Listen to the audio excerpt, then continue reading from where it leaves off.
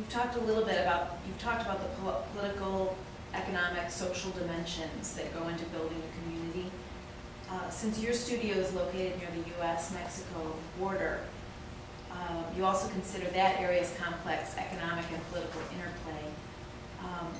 What are the social and design implications of that complex relationship, that sort of cross-border, cross-cultural, different economic situations in the same basic geographic area? Well, yes, no, I think that, and I was explaining, and here's where the images are important when I present the talk, because it's a very dramatic set of conditions, right, that percolate, that kind of transgress this formidable barrier that is being hardened on and on in our time. So on one hand, it's just to observe, as I was mentioning last night, that in 80 linear miles from the edges of San Diego to the edges of Tijuana, you find the most volatile and important essential issues of the city in our time. You know, to observe that in this compressed kind of cross-section of the territory, you find the politics of labor, of surveillance, the tensions between sprawl, density, the kind of struggles between informal dynamics and formal top-down conditions.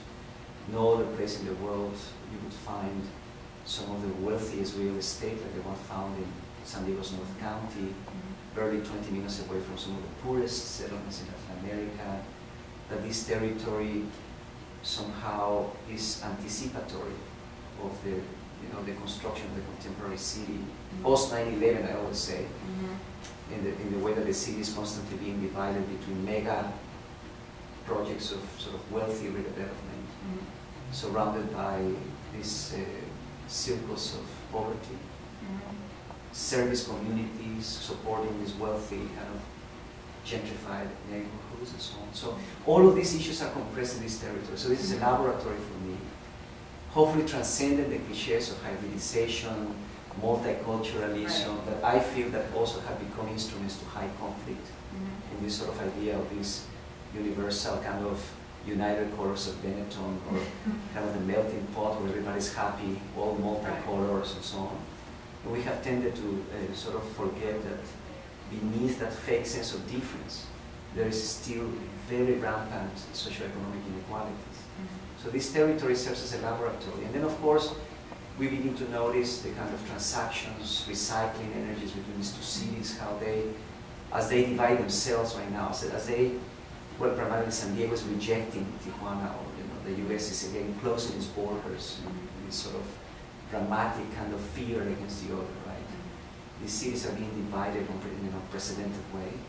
They also are containing each other. They recycle themselves. So, as a designer, noticing these very dramatic images of waste being transferred sometimes from San Diego to Tijuana. So this urbanism of waste that is being that is built in the periphery of Tijuana. I was explaining some of the images that I interpreted as a way of thinking of Levittown, which is the first ring of suburbanization in any cities in the United States, primarily in Southern California.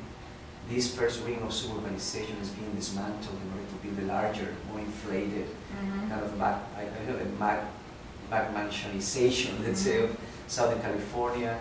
And these small bungalows are being transferred into Tijuana. There is this really dramatic images of entire houses being transferred from one city to another, or garage doors from many of these older tract homes are being. So all this debris of Levittown, as it's being dismantled, is transferred to Tijuana to build Tijuana's new periphery, to build these slums.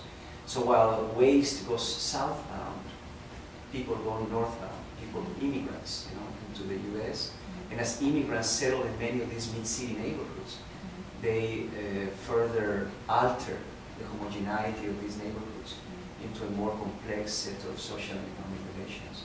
So these sort of transferences, the kind of negotiation of the informal and the formal, the planned and the unplanned kind of category. I mean, this is a very interesting situation. So from those conditions, how do we envision a very different idea not only of city, of housing, of territory, and ultimately of policy, of urban policy.